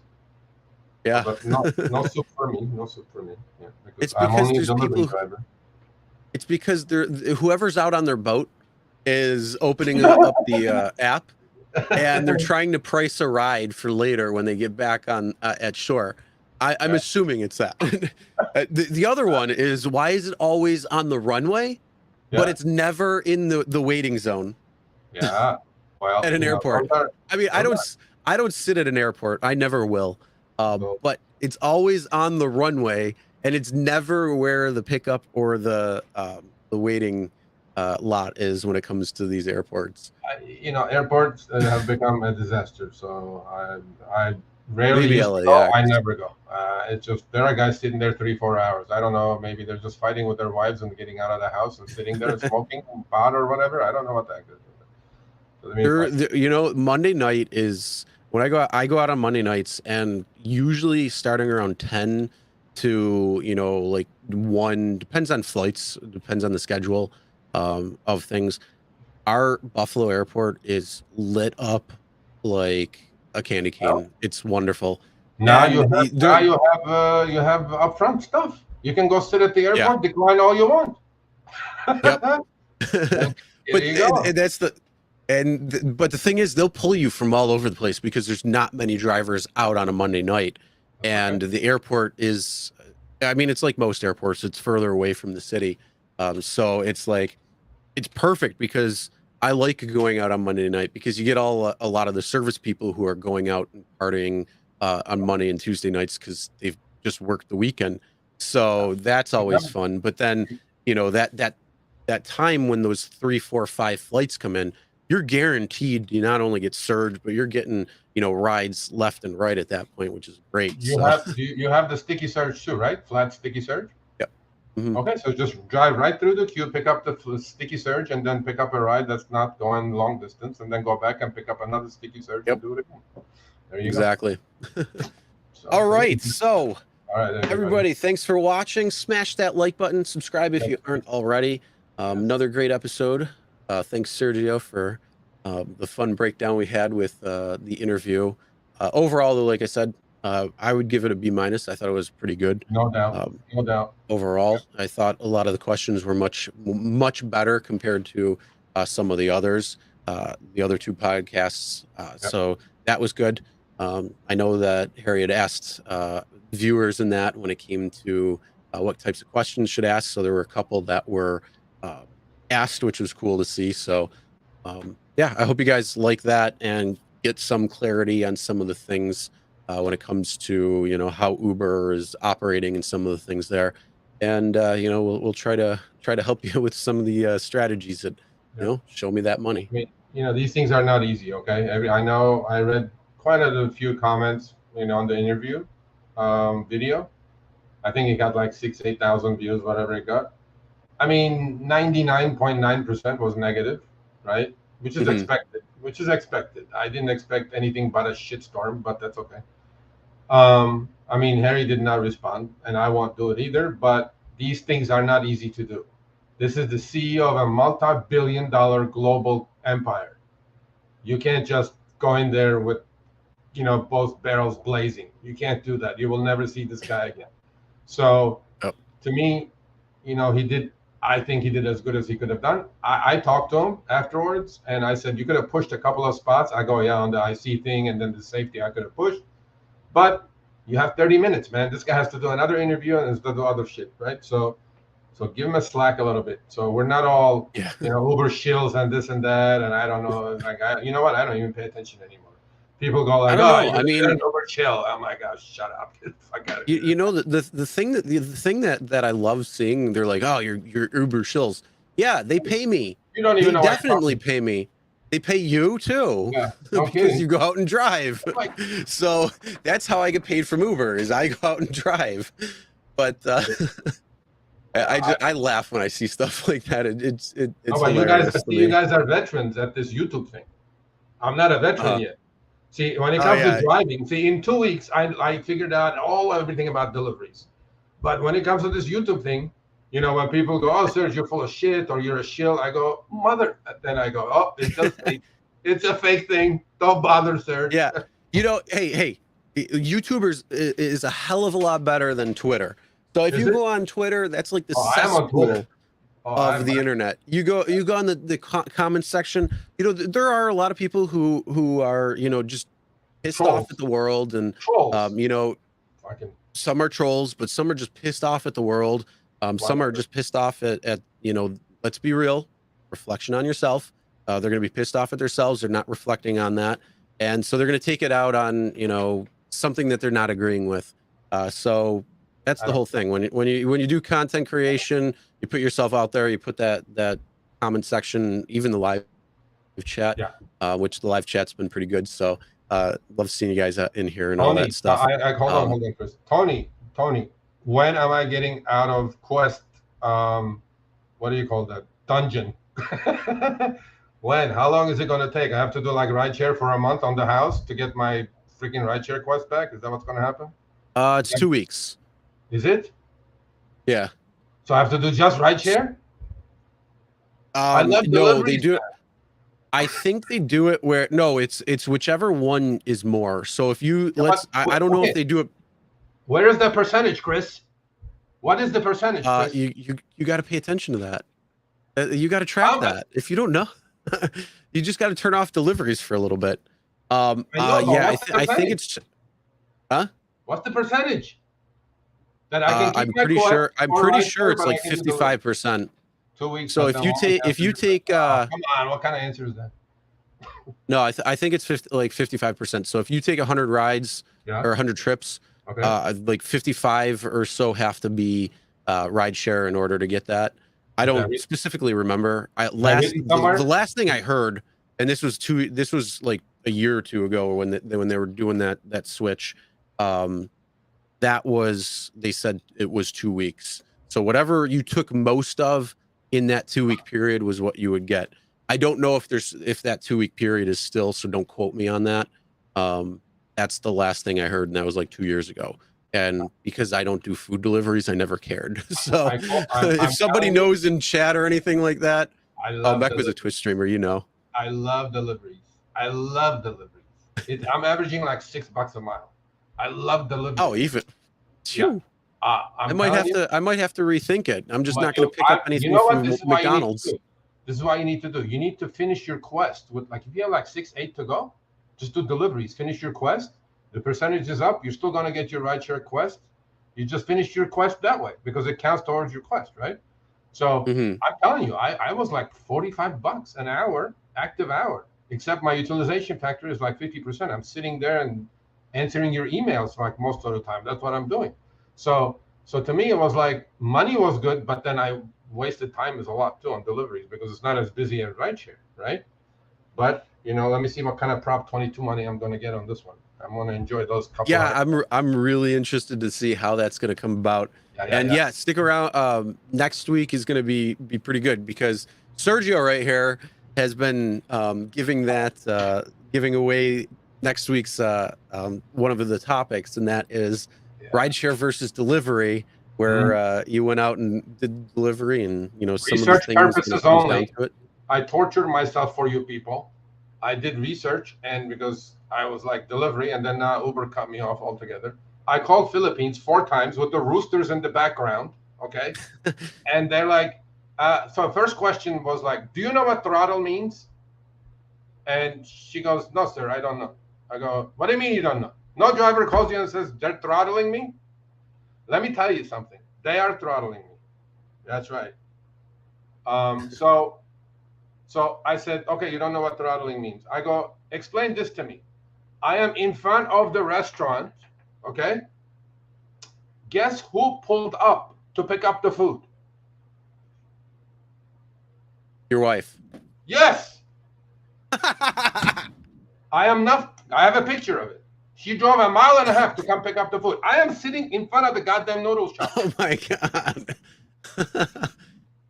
Oh my God. Joking. I am not joking. I laughed my ass off. I look at her. I go, I know that car. I go, no, that's shit. That's my wife. Oh, that's hilarious. They had sent her 10 for 150. I go, do deliveries, take their money again. So she comes and picks up the food while I'm sitting there because I declined like 6 in a row, right? Oh, you got blackballed or greyballed or whatever the hell it is. Mother humble. Yeah. Anyway. You were in timeout. No, Tom. Better acceptance rate or cause? Yeah, better because she was accepting all 10 in a row to get their money. Your wife is no, she doesn't. She doesn't even have a rating, bro. She just did 10 trips in her life and 5 before. That's another thing for the markets that this is at least in my market, and it was shown that they were doing. Uber is doing a bonus for the next 2 weeks for upfront earners, and that is 100 rides for $100. So you get $1 extra if you complete 100 rides in 2 weeks. So I believe. That is to all markets that are getting this, or at least helping with the change. So at least hopefully that might help with some of these dwindling quests and promotions that are going on out there. Howard, Sergio's email is sergio@therideshareguy.com.